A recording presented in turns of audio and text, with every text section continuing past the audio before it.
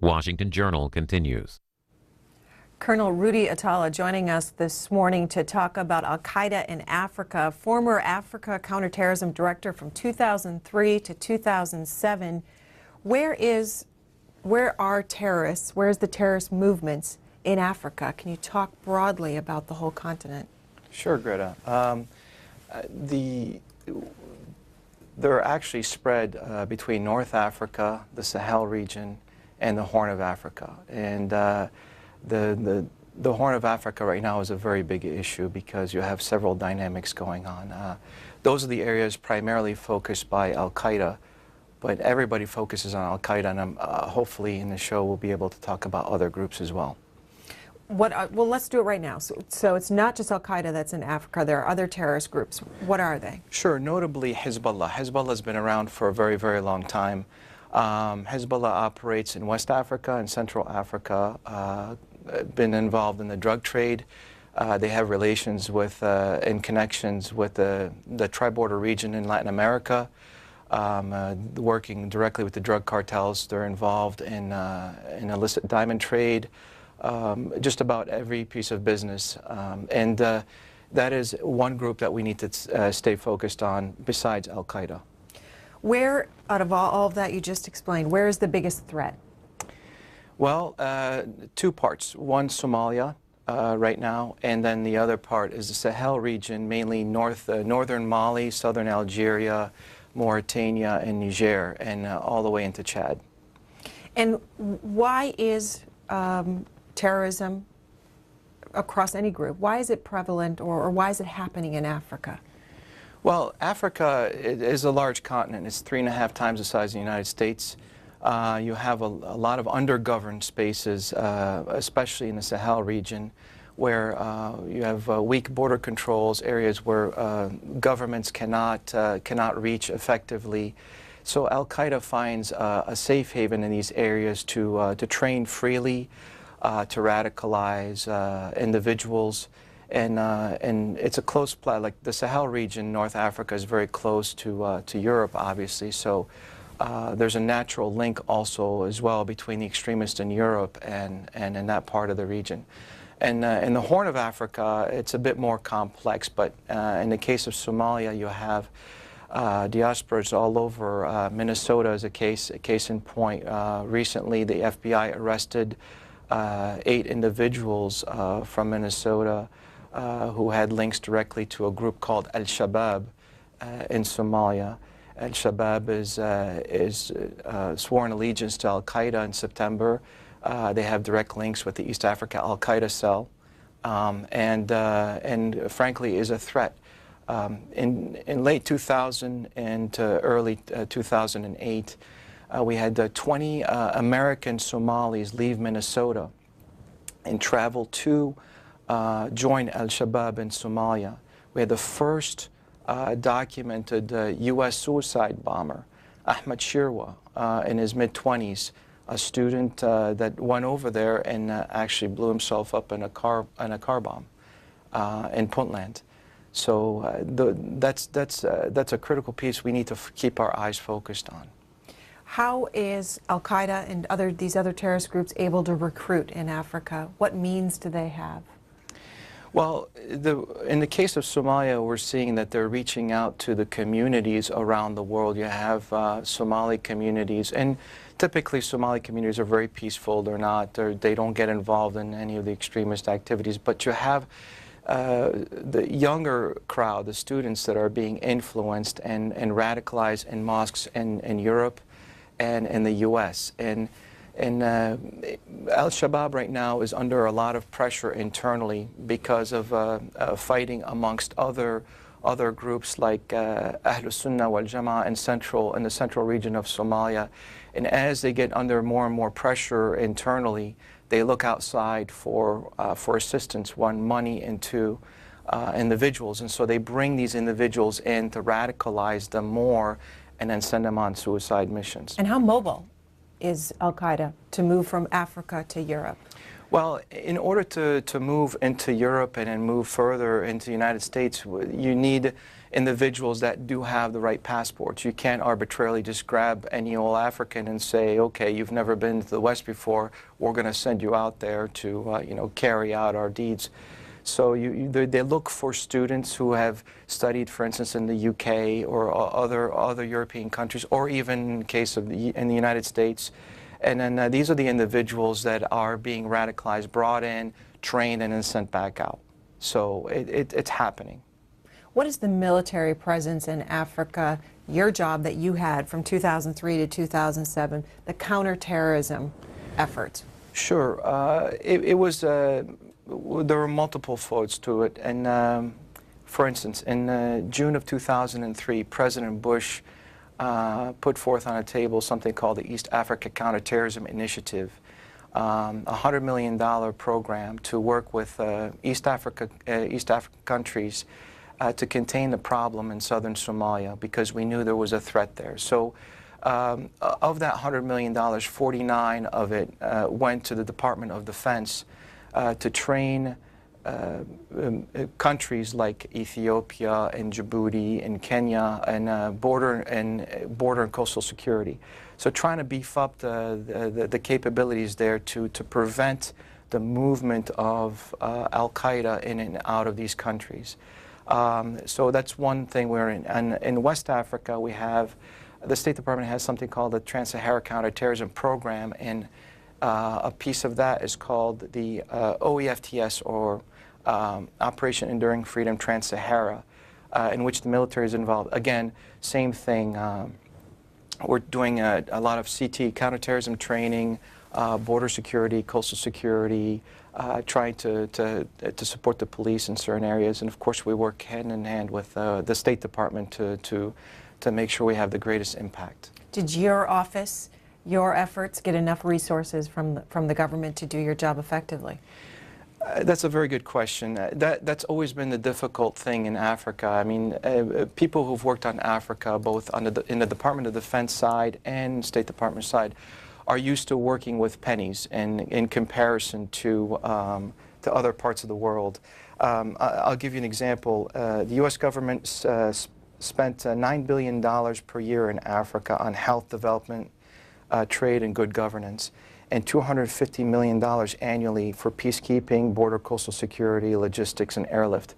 When you're looking at 53 African countries, 3.5 times the United States, that's a drop in the bucket compared to Iraq, Afghanistan, other parts of the world. So the answer to your question is it's a resounding no, not enough. There's not enough. We need more resources for Africa. Has the problem escalated in Africa since you were in that, while you were in that job, and since you've left? Sure. There are certain parts where we're seeing escalations, Horn of Africa being one. I mean, there's a big concern right now in the link between the extremists in Somalia and in Yemen. You know, that's going to continue to fester. Somalia has been without a functioning government since the ousting of Siad Barre in 1991. 14 attempts by the international community to put it together and get a government, a stable government there, have all failed. So yeah, it continues to get progressively worse, and we have some very bright people both on the State Department side and on the Department of Defense side working on these issues, but resources are always needed. First phone call here, Brooklyn, New York, on our line for Democrats. Nelson, good morning. Good morning. My question is, while United States and the Western world is bickering in Congress, as well as about things that personal or trying to bring down the present government, the Chinese are spending billions of dollars building roads and infrastructure all over Africa. That is the only way Al-Qaeda can be kept out of Africa, not through all this weapon. There are a lot of frustrated people in Africa, unemployed, exploited for the gold and their diamonds and whatever natural resources there is. They're being paid very little, and so you will find a great deal of frustrated people on that continent. Some of them were frustrated in South Africa that was the rise of Mandela. So my belief is the United States and the Western world should compete with China for the natural resources and spend more time dealing with the uplifting of government and communities in those areas. This does not mean you have to put in a lot of money. Most people talk about Africa as a poor place. Africa is not poor. Africans are not poor. Africans has most of the wealth in this world. It built Europe and built many other parts of the world. Thank you. Nelson, before you go, where are you from? I was born in Trinidad in the Caribbean. Okay. Well, Colonel Atallah, your thoughts? Yeah, absolutely. I mean, he brings up, Nelson, you bring up a very good point. I would say it's a double-edged sword too, because Africans have to help themselves as well. I mean, we can't compete with China on just dumping money in hope that the problem goes away.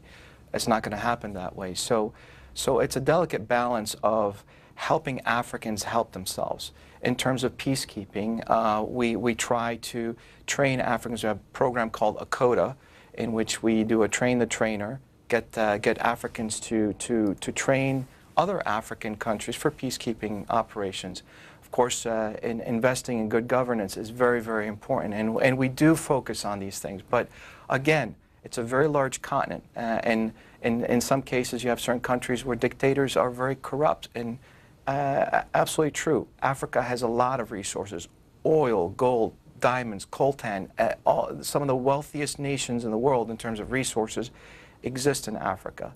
And those have to be leveraged in the right way and used to bolster some of these governments to one, take care of their own people. And we have to do it in a very smart way. Does Al-Qaeda invest in Africa? Al-Qaeda has always invested in people. And when I say that, I don't mean the people, but the infrastructure, the ports, the roads, the resources, the things that you were talking about. No. Al-Qaeda has stated objectives for Africa, and mainly, if you look at the prominent attacks that have occurred from Al-Qaeda in the past decade, you'll notice that most of the attacks have occurred all across North Africa and down into the Horn of Africa, nowhere south of that in sub-Saharan Africa. Why? Because, one, Al-Qaeda has stated that they oppose peacekeepers, especially in Muslim countries. They want to destabilize oil. The more chaos they create, the better it is for them to thrive and grow. And lastly, what they do is they oppose Muslim countries that have Western ties. So you see a very deep focus of Al-Qaeda, for instance, in Algeria, in Mali, in Libya, Tunisia, Morocco. They've tried to do attacks, and of course Somalia. Next phone call, Easton, Pennsylvania. Rodney is joining us on the Republican line. Thank you for waiting. Thank you for CSPAN. Thank you, sir, for your service to our country. My question is more generalized about terrorism. There are many who are of the thought, with regard to the war in Afghanistan and Pakistan, that we should pull out because that area of the world is known as the burial ground of civilizations. And the men and women of ours who are dying so nobly there should better be brought home and surrounding our country with much tighter border security. Thank you. Your thoughts? Thank you. Well, I've been focused on Africa for so long that, in the periphery I look at Afghanistan, Pakistan. I understand it's a difficult political question, and look, I honestly believe that we have to continue to go after the threat. I think General McChrystal said it perfectly. The conflict will be won by persuading the population and not by destroying the enemy. And so it's a delicate balance, again, that in effect the U.S. military has to be involved, but we have to do it in a very smart way. We got to reach the population. We got to win the hearts of the population. We're trying to do that in Africa, and General Abize, the former CENTCOM commander, pushed for the growth of one of our only bases in Africa called CJTFO, Combined Joint Task Force Horn of Africa in Camp Lemonnier. And from there, we reached out, the U.S. military reached out to countries like Ethiopia, Kenya, Eritrea, Djibouti, and we've done well digging, vaccination of animals, reaching out to the population. Those are things that are very important. In areas like Afghanistan, Iraq, we also carry that torch and we try to reach in the population. At the same time, there's another effect too, that we have to go after those specific targets where Al-Qaeda is planning and growing. So, Everett, good morning in Spartanburg, South Carolina, on the Independent line. Good morning. I've tried many times to get on this line. The main question I got for this gentleman is he hasn't brought up the fact that the Darfur incident, things that are going on in Darfur today, are all religious problems, and throughout the Muslim world, it's all a religious problem. Muslims are killing Christians at an alarming rate in North Africa, and he fails to mention that, and the United States government fails to look at it like a religious war. I'd also like to bring up the fact that the United States government just allowed Interpol free movement throughout our country, and that their main goal is, and the United Nations is pushing this, is to take Bush and Tony Blair and try them for war criminals for the Iran-Iraq war. Thank you. well, actually, the north-south problem in Sudan is between Christians and Muslims. The Darfur problem is actually between Muslims. It's not between Christians and Muslims. Obviously, but in terms of terrorism, Sudan does pose a threat, does pose a problem. It's been on our list for a very long time. Right now, I think what we're going to see is potentially a split of Sudan north-south, which is going to create an influx of problems, because you're going to have potentially a war break out between the north-south again, and then you're going to have spoilers like Eritrea playing a role in there, and Ethiopia, and so it's going to become an area that's going to fester with potentially extremists that are taking advantage of the situation. Westminster, Maryland. Leona on the Democratic line.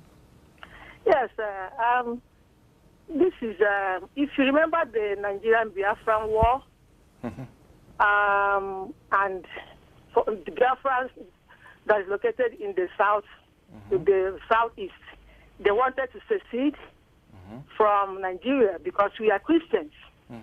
And the Hausas from the north, they massacre the Christians every time.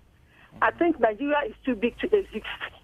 I think the best thing for Americans to do is to divide the country into two, the south and the north, because we hate each other. We don't believe in terrorism. We are educated. We have commerce. But if you notice now, the north, who does not believe in education, they want power by all means. They have killed education there. They have killed education. Most of us are here in America now. We fled our own country. Colonel? Well, I mean, again, another great point. I'll go back to say that, again, Africans have to help Africans, and we need to follow up in trying to get them there. Nigeria has a lot of oil. That oil well should be spent in the areas that are most needed. If education is an issue in Nigeria, then of course the Nigerian government is responsible. We can surely help, but the United States cannot save every country. We can facilitate, we can help, we can educate, but we don't have unlimited resources. Any idea about the actual number or an estimated number of terrorists in Africa and or terrorist groups? Not off the top of my head, no. It's very hard to gauge. A lot of unknowns in Africa. When I talked about the Sahel previously, we don't know the exact numbers of individuals involved between a group called AQIM, Al-Qaeda in the land of the Islamic Maghreb, and individuals that are supporting it across northern Mali, Niger, and into Mauritania. But I've seen estimates anywhere from a couple hundred to 1,500 or 3,000. Same thing in East Africa. A tweet here from one of our viewers would like to know, are you drawing retirement right now? What are you doing? Who are you being paid? What's your job right now? And a question of double dipping. No, there's no double dipping. Yes, I am retired, and yes, I do draw retirement pay. I work for myself. I have my own company, White Mountain Research, WMRGRP.com. If anybody's interested, you can take a look at that. What is it? We look predominantly. I look a lot of at the threats. I focus on Africa, parts of the Middle East. Provide analysis, in-depth analysis. In some cases, I also support individuals or companies that need protection in Africa or need to find out before investing whether they should put $100 million in country X. Before they do so, I provide the analysis, give them an idea of what the threat level looks like. Also, I deal with counter-piracy off the coast of Somalia. Can you give us an idea of who are these companies, these clients? Clients are a mixed bag from private industry. In case some of the shipping industries have asked for help because of the influx of piracy right now off the coast of Somalia. Private organizations that have conferences in for instance, Kenya. And then also at times, U.S. government will ask for some assistance on certain issues. Pittsburgh, Pennsylvania, on the Republican line. Tom, good morning. Yes, hello. I'd like to comment on the speaker's approach to African terrorism. It's great to study all the details of this group and that group, and it's very important to gather this, information. But the main thing I would like to see is an overall larger outrage. At any time there's a terror attack, we take into consideration, the number of bombs, the number of people. And I think we, as the superior Western civilization, who knows how to live this life, are too blasé about this. We should be outraged, expose the terrorists for their destructive methods and psychotic kind of destruction. It's so easy to destroy. What have they built?